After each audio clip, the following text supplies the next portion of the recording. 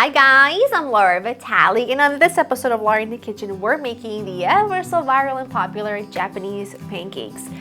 If you've seen them around the web, if you haven't, I'm not really sure where you've been because I feel like they are everywhere. They're very beautiful, super tall and fluffy and delicious pancakes. They are so spongy and wonderful. I'm going to show you how to make them today. You will not need any fancy ingredients. It's probably ingredients you already have on hand that you would use to make regular pancakes, so I'm excited to share it with you. The two things that really make these pancakes what they are is the shape and the texture, and I'm going to show you how we're going to achieve that. The first thing I'm going to do, I'm actually melting some butter in this little pan here while I work on my egg whites. We take some egg whites, I'm going to add a little bit of cream of tartar. What this does, it helps stabilize the egg whites, and we're going to whip these using an electric whisk until they are very stiff, okay? So let's go. Well, that was a fail. Was checking for consistency, but they look good. Okay, perfect. See how it kind of holds a peak? Beautiful. Good enough, I should say. Anyway, shake those off, put them back in because I'm going to be using this whole thing again to whip my sugar and egg yolks. You always make sure that you're starting with your egg whites because if you add any of this into the whites, they won't whip as good. So I'm just going to go ahead and cream these two together until they're well combined and just look a little fluffy. Okay, that looks good enough. Now we add the dry ingredients, which are all-purpose flour, baking powder, and salt. We're going to add a splash of vanilla. Get that open. This is my homemade vanilla, of course, and a little bit of melted butter. Okay, and now while whisking, I'm going to drizzle in my whole milk. Okay, you see that's really thick? Okay, that's good, that's what we want. And now what I'm gonna do is I'm going to fold in the egg whites. You wanna make sure that you just fold them and not mix them too fast because otherwise we will deflate them and that will be undoing all of the whipping good that we did earlier. So we don't wanna do that. So I just do them in thirds, like that. Okay, batter is done. It's just sitting for a few minutes. I've got a large non-stick skillet preheating. Now, you can do this on your regular, whatever griddle you usually use to make your pancakes, you can do this. I also want to tell you that you can make these pancakes without a mold. They will not look like Japanese pancakes, but they will be delicious, right? So the option is really yours. To get that famous Japanese pancake look, I am going to be using molds, and these are what they look like. I also use biscuit cutters because they're virtually the same thing. The only difference is these have like a little lip to pick them up, which makes it really easy. However, I'm going to show you a trick that worked really well, and I was so excited. You take some aluminum foil. You want heavy duty aluminum foil for this, okay? And I'm just gonna roll it a few times, about the same thickness as the molds, okay? Like Tabitha Brown would say, like so, like that, okay?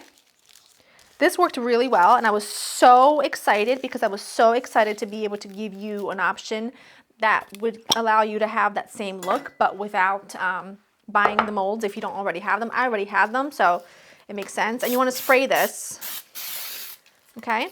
Get that ready. I'm going to spray my molds as well. This is important. Don't miss this step. Trust your girl. Okay, I'm actually going to put them right in like that. And I'll just do 3 for now, okay? Roll your aluminum foil. I know I look crazy, but trust me, it works. Throw it in there. Try and make it as round as possible. Hold on. I do have to touch it a little bit, so like that. It's fine if it starts to loosen up a little bit because we'll hold it down for the first second. You want your temperature to be low. You want to fill these 3/4 of the way. No more than that because they're going to rise, okay? Now, it's really important with the one with the aluminum foil, you want to hold it down for a second, okay? like that. You want it, the bottom to get firm so that your batter doesn't leak out. So just hold it down for a minute. Doesn't take long. See, that's enough. And now you're gonna take the rest of your batter, sorry, the rest of your mold, and this makes a lot. And I will say this, it's definitely a pancake that I would make for a special treat, just because they do take a long time to cook and they are a little bit more time consuming, and like, you know, they're a bit more of a special treat. It takes a little bit longer to make, and it's got a few more things that you have to pay attention to. At this point, you want to cover this. I'm going to use aluminum foil, and you want to cook them on low for 10 minutes, which I know it sounds crazy, but you're going to have to just trust me. So once they are at the 10-minute mark, then I will show you the next step. Yes, these look so good. Now we need to flip them. These molds came with this little thingy. You can use, obviously, something else. You don't have to use that. You could use a hand towel. Carefully. We're going to flip them. Yes. You know what it's like to flip that first pancake, because the first pancake of any kind never comes out good. And now look at this guy. Look at our little trick. It totally works. I mean, it's not perfectly round, but do you need to go out and buy special molds? Do you though? Do you? Because I think you do not. I think you do not. Those need like 3 minutes on the opposite side, uncovered. What I'm gonna do in the meantime, in the same little skillet that I used for my butter, because like I always say, I wash the dishes around here, so yeah. I'm gonna take some frozen blueberries. You can use any blueberries that you want. Any berry, any fruit, really. Blueberry, and a little maple syrup. And then at the end, I'm gonna squeeze in a little bit of lemon to make a nice little syrup. And that's all. Once that comes to a boil, let it bubble for just like a minute or so. And I'm just gonna go ahead and keep making my beautiful pancakes. I mean, I've showed you my trick. You know it works. The pancakes are beautiful. And you are so thankful you don't need special equipment to make them. At least I hope. Like I said, they do take some time because they take like, you know, almost 15 minutes to cook. So what I would do if I was making these for a big, you know, for a whole family, I typically cut the recipe in half if I'm just doing it for Joe, me, and Mia. And then I can make them all in one skillet. But one of those like nonstick griddles that we all have, you can make all of them at the same time, and then boom, you are making beautiful Japanese pancakes in 15 minutes, and you don't have to make 1,000,001 batches. Last two, I mean, look how beautiful they are. They are really gorgeous. Look at that. I love them. Okay, so I'm excited because I'm going to plate them and it's going to be so yummy. I'm going to take a couple of them because trust me, a couple will do. Stack them a little like that. Got my powdered sugar. Then you take the blueberries and then just like so, like that. I mean, that is a beautiful sight. I mean, look at the height of those pancakes. The height of the pancakes is important here, okay? If you stack them like that, I mean, let me show you.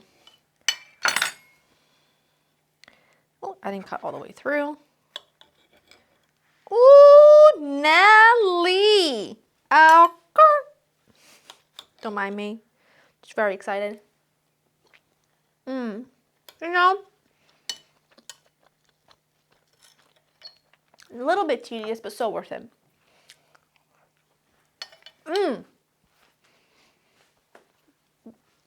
Worthy of being viral, in my opinion.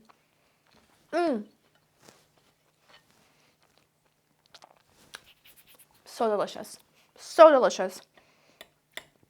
Go to laurainthekitchen.com, get the written recipe. You will love them. You'll learn the trick on how to make them without molds, so now you have no excuse for not making them. Hope you enjoyed spending time with me, and I will see you next time. Bye.